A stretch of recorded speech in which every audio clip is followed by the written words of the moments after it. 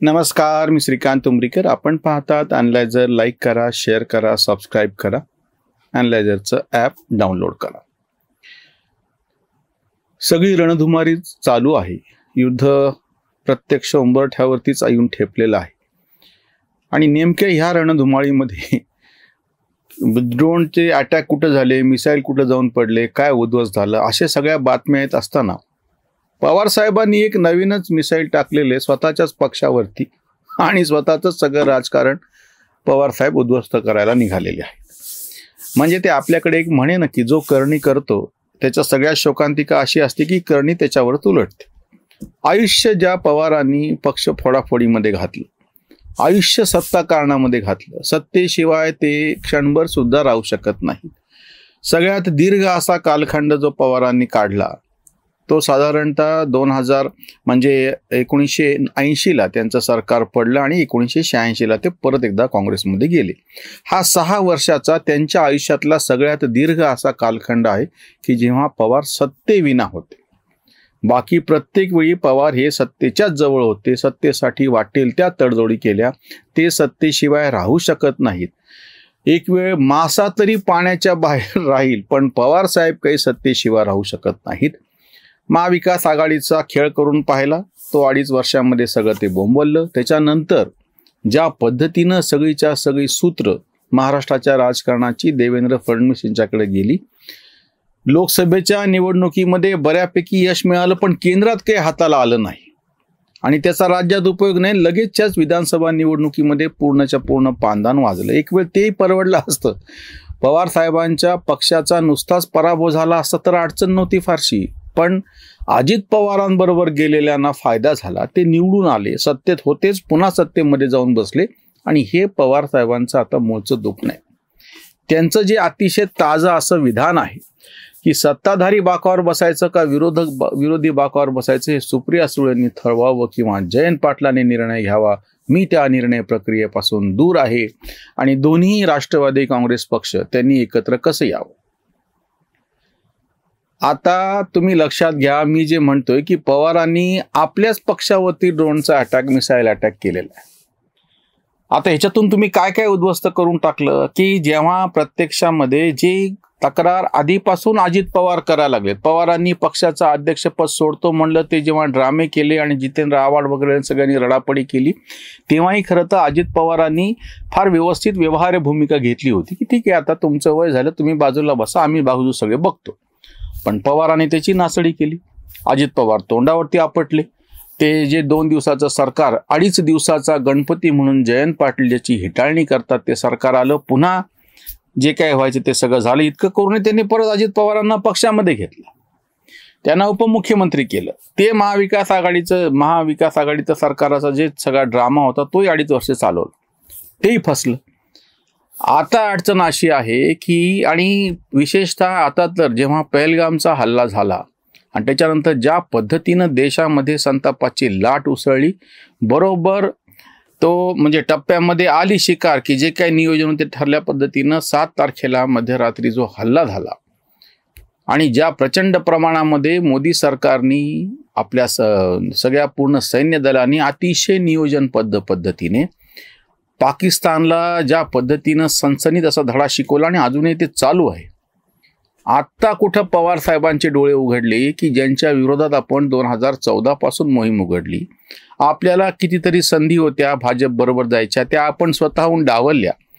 आपण जेव्हा बाहेरून पाठिंब्याचा एक फुकट प्रयोग 2014 मध्ये विधानसभा निवडणुकीच्या निकालानंतर केला होता आणि ते छत्रे त्यांनी तुमचा दिलेला पाठिंबा सुद्धा नाकारला, तेव्हा स्पष्टपणे त्या पक्षाच्या बरोबर जायची संधी पवारांना उपलब्ध होती. 2014 मध्ये केंद्रामध्ये सत्ता येऊन 6 महिने झालेले होते आणि इथे त्यांना 122 त्यांचे आमदार निवडून आले होते. अशा वेळी जर राष्ट्रवादी काँग्रेस तेव्हाच भाजप बरोबर गेला असता तर भाजपचं काय भलं बुरं झालं असतं, भाजपला फायदा तोटा झाला असता, ती गोष्ट वेगळी. पवारांचा जो DNA आहे की सत्तेशिवाय राहता येत नाही, हे पवारांना तर नीटच माहिती आहे, बाकीच्यांना माहीत असण्याचे काही कारणच नाही. मग पवारांनी ती तडजोड करून घ्यायची ना. आणि त्याच वेळेस जे वक्तव्य आता पवार साहेब करतायत हे सुप्रियानं ठरवायचं आहे विरोधी बाकावर, तेव्हा केंद्रामध्ये मंत्री झाले असताना राष्ट्रवादी काँग्रेसनी जर या पद्धतीने पाठिंबा दिला असता त्या सरकारमध्ये राष्ट्रवादी काँग्रेस म्हणजे भाजप आणि राष्ट्रवादी काँग्रेसचं सरकार स्थापन झालं असतं. जे नंतर अजित पवारांनी केलं ते करायची गरज राहिली नसती. अशा पद्धतीची फूट पडून ही जी सगळी नामुष्की पवार साहेबांना उतारवयात स्वतःच्याच पदरात पाडून घ्यावी लागली. कुटुंबामधलं भांडण समोर आलं. सुप्रिया सुळे विरुद्ध सुनेत्रा पवार हे जी निवडणूक झाली ती तुमच्या समोर दिसली की जी कधीही पवारांच्या कुटुंबामध्ये एकाच कुटुंबातले 2 घटक अशा पद्धतीनं कधीही लोकांच्या समोर आलेले नव्हते. हे सगळं तुम्हीच केलेलं पाप तुम्हालाच कसं भोवते म्हणून म्हटलं ना की पवारांनी स्वतःच्याच पक्षावरती ड्रोन अटॅक केलेला. आणि आता जे सगळं नुकसान होत कोणाचं नुकसान होणार आहे ह्या सगळ्यातून? सत्ताधारी जे आहेत त्यांना तर काहीच फरक पडत नाही. एकनाथ शिंदे आणि देवेंद्र फडणवीस हे स्थिर सरकार आहे. इतकंच नाही, एकनाथ शिंदे नाराज आहेत म्हणून बाजूला जरी गेले तरी जे अपक्ष बाकीचे त्याच्या जीवावरती सरकार चालू. केंद्रामध्ये अशीच परिस्थिती आहे. शरद पवारांच्या 9 खासदारांची केंद्राला आता कुठल्याच गरज नाही उरलेली. वक्फच्या प्रश्नावरती ज्या ठामठोकपणे दोन्ही सभागृहातून त्यांनी ते विधेयक मंजूर करून आणलं त्याच्यातून त्यांची चतुराई ही सिद्ध झालेली की त्यांना आता ह्या कोणाचीच गरज उरलेली नाहीये. आणि उलट इकडे इंडिया आघाडीमध्ये एकाचा पायपोस दुसऱ्याला नाही असा प्रकार आहे. खरं तर हा एक प्रश्न कोणीतरी पवार साहेबांना विचारायला पाहिजे. वारंवार तुमच्या निवासस्थानाचा वापर करून घेऊन तिसरी आघाडी कशी मजबूत होऊ शकते किंवा इंडिया आघाडी काय. एकदा तर त्याची प्रत्यक्ष बैठकही झाली आणि पवारांनी नंतर हा झटकले की माझ्या घरी झाली असली तरी माझा काही संबंध नाही. म्हणजे तुम्हाला तेही राजकारण जमलं नाही. 2014 पासूनचं तिसऱ्या आघाडीचं राजकारण जमलं नाही आणि इंडिया आघाडीच्या बाबतीमध्ये काँग्रेसवाले राहुल गांधीचं नेतृत्व वगैरे ते कोणी तुम्हाला घेण्याला तयार नाहीत. अशा वेळी जर तुम्हाला पाण्याच्या बाहेर राहता येत नाही म्हणलं ना, मासळी तरी पाण्याच्या बाहेर राहील पण हे राहू शकत नाही सत्तेच्या शिवाय, तर तुम्हाला सगळ्यात चांगली संधी 2014ला होती, 2019ला आलेली होती. तुम्ही स्वतः अजित पवारांना पुढं पाठवलेलं होतं. अजित पवारांनी त्याप्रमाणे प्रत्यक्ष उपमुख्यमंत्री म्हणून शपथही घेतलेली होती. एवढं सगळं असताना सुद्धा आपल्याकडे म्हणतात ना, न भूतपूर्वम न कदापि वार्ता हेमनं कुरंगो न कदापि दृष्टो. सोन्याचं हरिण कधी कोणी पाहिले? तथापि तृष्णा रघुनंदनस्य विनाशकाले विपरीत बुद्धी. काकांना स्वतःच्याच पक्षाचा विनाशकाल आल्याच्या नंतर अशी विपरीत बुद्धी झाली की त्यांनी त्यांच्या समोर आलेली सत्तेची सगळी हे जे प्रस्ताव होते ते नाकारले, तोंडघाशी पाडलं. अजित पवार बाजूला गेले. आणि त्याहीपेक्षा म्हणलं ना, खरं दुखणं हे झालं की प्रत्यक्ष अजित पवारांनी बाजूला जाऊन निवडणूक लढवून एक खासदार का असेना आणि बाकीचे एवढे मोठे 41-42 आमदार परत निवडून आणले. ही पवार साहेबांना बसलेली फार मोठी थप्पड आहे. आणि सगळ्यात मोठी अडचण म्हणजे सत्ता नाही. सत्तेशिवाय राहू शकत नाही. आता पवार साहेब जे वक्तव्य करतायत हे सुप्रिया सुळेंना काय वाटतंय, अजित पवारांना काय वाटतंय, जयंत पाटलांना काय वाटतंय हा नाही मुद्दा चाललेला. हा तर त्या तुलनेनं पवारांच्या तुलनेनं छोटी गोष्ट होईल. ती स्वतः पवारांची अडचण अशी आहे की पवारांना सत्तेशिवाय राहता येत नाही. ही जी तडफड होती राज्यात किंवा केंद्रात कुठंतरी जर सत्ता पाहिजे ती जर नसेल तर पवार राहू शकत नाहीत. अजून एक तुम्हाला मी गोष्ट सांगतो. पवारांनी जेव्हा राष्ट्रवादी काँग्रेस पक्ष स्थापन केला होता तेव्हा काही तळागाळातले कार्यकर्ते घेऊन पक्ष नाही स्थापन केला.